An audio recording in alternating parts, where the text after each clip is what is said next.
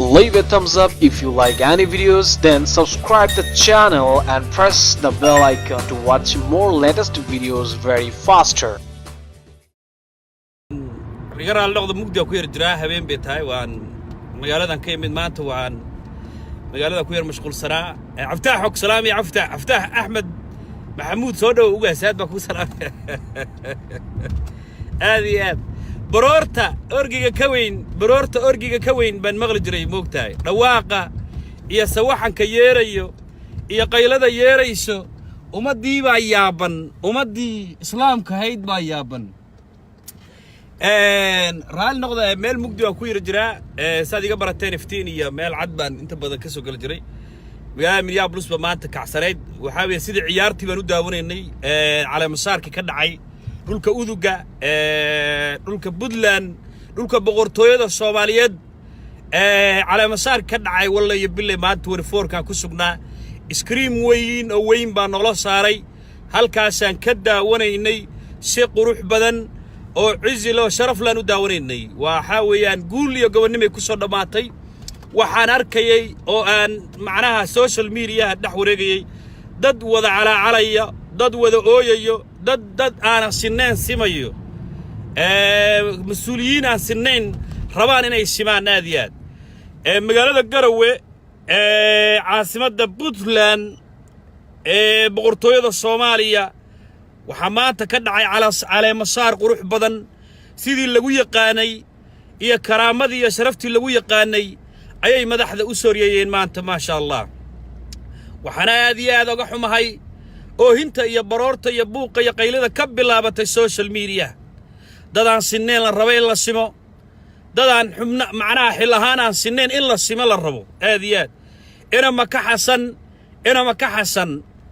ma ka xasan yaa loo barooranaya dad baa wax ka dhigaya waxay leeyihiin maxaa qudbadii loogu diiday muxuu u qudbeen waayay dad baa waxay ku doodayaan oo ku qaylinayaan baraha bulshada maxaa loo siin weeyay mikrofoonka war annaga wax idin sheegayno annaga idin barayno protocolka waxa la yiraahdo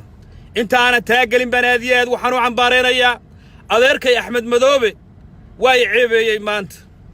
adeerkay Axmed Madoobe maanta way ceebeeyay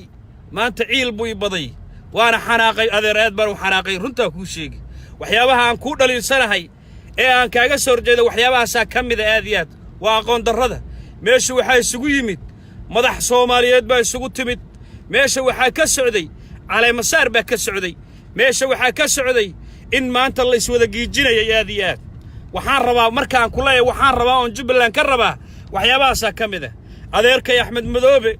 am hogaamiyaha Jubbaland maanta ciil buu igu dilay baanoo maanta dhax fadhiya 2,000 oo nin iyo 2,000 oo dumar 4,000 oo qof baan ku daawanaynay magaalada Minneapolis scream weyn sida ciyaaraha loo daawadaan u daawanaynin ya adeerkay wuxuu soo xirtay shaati suude iyo surwaal kaake iyo kaba sports anay ceebta igu dhici anay caayda igu dhici anay la igu aflagaadeen waan ka xumahay bartkoolka waa inaad fiijisaadiyad si kastoon ku dhaliila maanta waxay ahayd inaad maanta isyara giijisid ilaahay amarkiis bay halka waa Axmed Madoobe iyo ceebtu maanta iga soo kordhiyay Garowe iyo dhulkii Uduga dhim malaha waan ka soconaya qudbadaadi waa wanaagsanayd mana xumeen laakiin labiskii baad igu dishay surwaal kaaki oo magareysay cadeys iyo kaba sports iska soo xirtay adeerkay markuu soo deganayay ee diyaaradda ka soo deganayay ee laboorka lagu soo dhaweynayay wuu labisnaa ma sha Allah suudi dhar macnaha dhar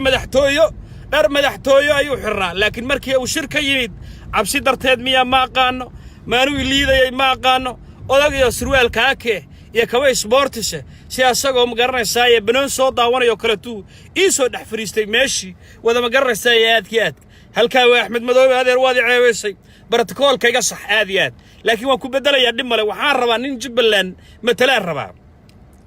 halka markay mari raal noqdo waa habeenay waxa weeyaan waxa socdaa magaalada Minneapolis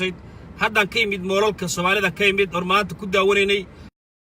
xadaaradaysnaa magaranaysaa arrintii ahayd calay masaarka ما شاء الله أد بيدين سلام يا خيارته شرفت له أنا وفكر كيجان هذلا ومواد كي سوماليات وويلكين نوي مرنا وولالكين مرنا الضقبلة وجعشين وذاد ياد وجعشين ما شاء الله حمانة دي مقب وحمانة مقبتان halkaa markay marayso yaa waxaan arkayay ma hadli karinoo macnaha dee maanta waa boolka ku dhex jiro macnaha ma soo geli karin lifeka ilaa hadda aan soo baxo magaraysa aad iyo aad analyze garayo waxaan arkayay ina makaxasan ninkii badda gatay ninkii badda Soomaaliya u saxiixay Kenya ninkii badda Soomaaliya gaalada gacanta u geliyay ninkii ummadda Soomaaliyeed masiirkeedii u saxiixay gaalo markii la weydiiyana yiri anigu maana ogeyn mana akhrinin sidoo wasiir ku noqday haddii uu wasiir noqol wasiirku waanu shahaado haystaa waa markaan idin leeyahay adeer isbaarada inaga daaya adeer inaga dhaafa dhaca adeer inaga daaya inaan wax baran ummadda yaan la horkeenna idin leeyahay taasaa ka mid ah ninkii badda gatay ninkii ummadda Soomaaliyeed masiirkeeda ku ciyaaray yaa dad u ooyay waxay ku leeyihiin maxaa qudbada loo siin waayay war kuma jirin bartakoolka kuma jiro ninaana xil haynin ama ninaan ummadan magac iyo maamuus ku lahayn inuu ummadda hor yimaado waa ceeb weeye ceeb bay nagu ahaan lahayd dad baa qabiil u bedelay war ina maka xasan garawaasa iskale ina maka xasan ina maka cabdi xasan garawaasa iskale waa dhulkiisi shalay baan horay u sheegay shalay baan waxaan idinku iri dhulka waa dhulkiisi deegaanka waa deegaankiisi cidna kama xigto asagaa khaldamay waabuu khaldamo wuxuu yiri xamar martibaa lagu yahay xamar dad baa iskale annaguna waan ka aamusno waxaan iri war xamar waa caasimadda ummadda Soomaaliyeed cidna lagama xigo xamar waa caasimadda ummadda Soomaaliyeed cidna lagama xigaan niri annagana ayaan ku niri annagu asagu garow u yimid waa magaaladiisi cid ka xigtaa iska yar cid u sheegan kartaa iska yar cid ku dhihi kartaa waxaas bay tahay cid dhihi kartaa iska yar adirma Soomaali waa Soomaali meel alaala meeshuu joogo waa Soomaali hadday noqoto Hargeysa hadday noqoto Garowe hadday noqoto Xamar hadday noqoto Marko hadday noqoto Kismaayo cid walba oo Soomaali baa magaalooyinka aan soo sheegay iskale cid walba oo Soomaali ayaa iskale magaalooyinka aan soo sheegay waa magaalooyin Soomaaliyeed weeye halka markay marayso yaa waxaan halkan fariin u marinaya cad ragga saaxiibadaya ee ugu horeeya ninkii balwaanaad baa ku salaamaya waas balwaano aad baa ku salaamaya inaad eer macaane labano saaxiibaan nahay waa ku daawanaya maanta record baad jibisay record baad maanta jibisay record aan aadi ahayn ayaad maanta jibisay baroortaada iyo calaalkaaga waa la daawanayay maanta walla anigu kamid baan ahaa bulshadii faraha badneed ee oohintaada daawanaysay oohintaada bulshadii faraha badneed ee daawanaysa baan kamid ah xaqaan taageeraanoo duqbirowe cadaaladaan taageeraanoo duqbirowe waxaan u dhawaaqo waa dawladda Soomaaliya waxaan taageero waa rag aqoon yahane waxaan mar walba garab taaganahay waa dastuurka Soomaaliyeed adiguna waxaad garab taagan tahay oo habeen iyo maalin in adeerad ku dhawaaqaysa in adeerkay maxaa codka loo siin waayay in adeerkay muxuu mikrofoonka u qabsan waayay in adeerkay muxuu u hadli waayay ayay ku leeyihiin beeniya barabaganday fidiyeen waxay ku leeyihiin farmaajo u diiday inuu qudbeeyo war farmaajeena Cabshakuur isku level maaha ilaahay ma simin ilaahay darajadooda mid kama uu sadhigin farmaajo waa madaxweynaha dalka Soomaaliya xafidullah radiyallahu anhu waa madaxweynaha ummadda Soomaaliyeed shanta Soomaaliyeed meel walba joogto waa madaxweynaheedii فمحوها أنا مكعسن عبد الرحمن عبد الشكور وانكي بدأ قطي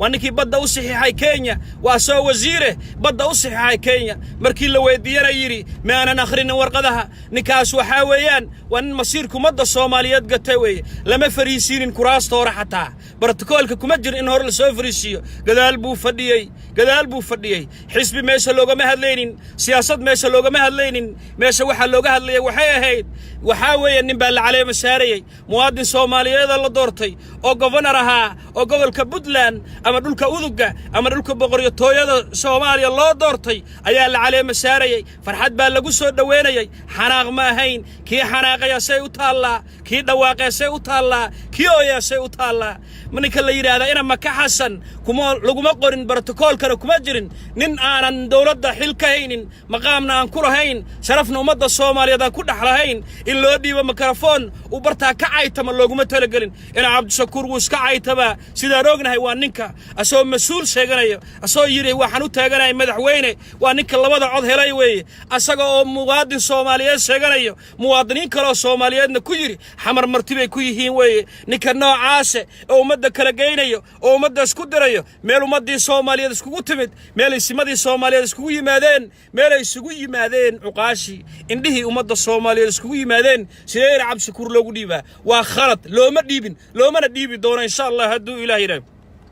waxaanu ogayn oo la soconnay casuumaaddu brotokool bay ku socotay wiilashii yaryaraa iyo gabdhihii wax bartay ee okiyaalaha watay ee qurquruxda badnaa ee luuqadda afka soomaaliga ku hadlayey ee bartaa soo fariistay ee ummadda u yeeraysay waxay u yeerayeen waxay ahaayeen dad maamuus ku leh dad sharaf ku leh dad ixtiraam ku leh dad dalka u soo shaqeeyey dadaan dadka gadanin dadaan dalka burburin dadaanan dagaal sokeeye ka qayb qaadan dadaan isbaara ku faanin dadaan dadka dalka ka xigsan yaa loogu yeerayey meesha waxaa ka hadlay hadday qabiil wax tari hadduu qabiil dadka u magaranaysaa loo kala qaadi maanta waxaa ka hadlay abwaankaygii fanaankaygii majaajilaystaygii weynaa faarax murtiile ayaa ummadda hadal u dhameeyey waa muwaadin soomaaliyeed waxaa weeyaan ooraah buu ku soo kordhiyey fikir buu ku soo kordhiyey dad ku dheggan baan arkayaa dad maseersan baan arkayaa dad dhawaaqayaan arkayaa dad ooyayaan u jeedaa dad ka dhawaaqay oo dhahaya maxaa loo soo dhoweeyey ree hebel weeye ku dheh baan arkayaa waxaan idiin sheegayaa faarax murtiile inuu ahaa muwaadin soomaaliyeed dhulkiisii buu joogaa garawe waa magaaladiisii waa dhulkiisii hooyo si wanaagsan baa lagu soo dhoweeyey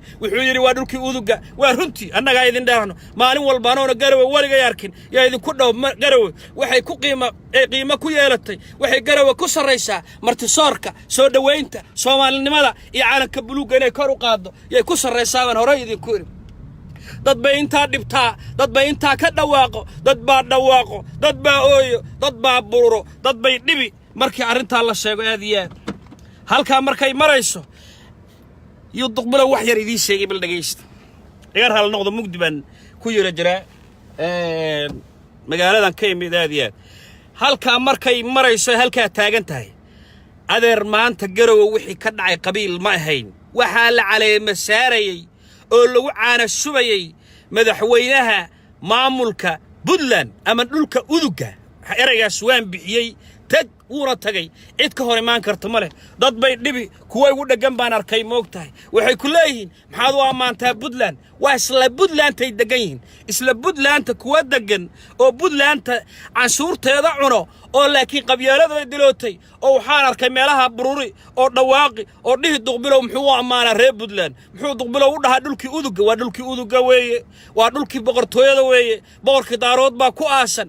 karaf bay inaga mudan tahay sharaf bay inaga mudan tahay karaama inaga mudan tahay waanaan u dhawaaqnaa waanaan mar walba ta weynaysiinaa siyaasadda iyo dadku waa different weeye adi dhulkaaga markuu wanaagga sameeyo waa la amaani maanta waxa wanaagga sameeyey ee fiicnaanta sameeyey ee quruxda caalamka maanta ina tusay ee maanta markii TV-yada laga sii deynayay ee beesha caalamku lahaayeen war meesha waa xagee markaasaa lagu yidhi waa